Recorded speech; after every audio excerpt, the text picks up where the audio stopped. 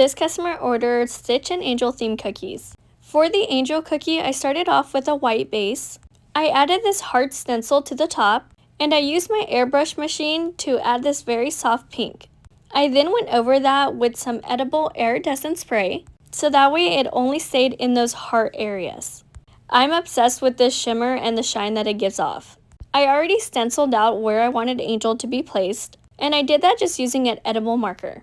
I then used a thicker consistency to outline all of the lines.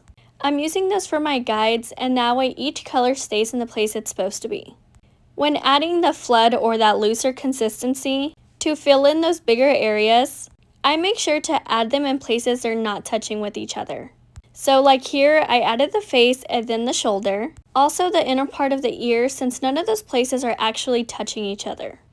I allow that cookie to set for about 20 minutes before I fill in more of the areas. You get a really good puffy look with this, and all your colors are not just meshing together.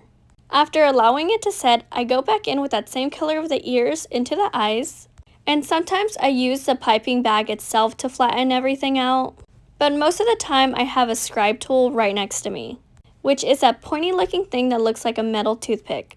After I have everything filled in, I allow that to set once again, but a bit longer this time for about 1 or 2 hours.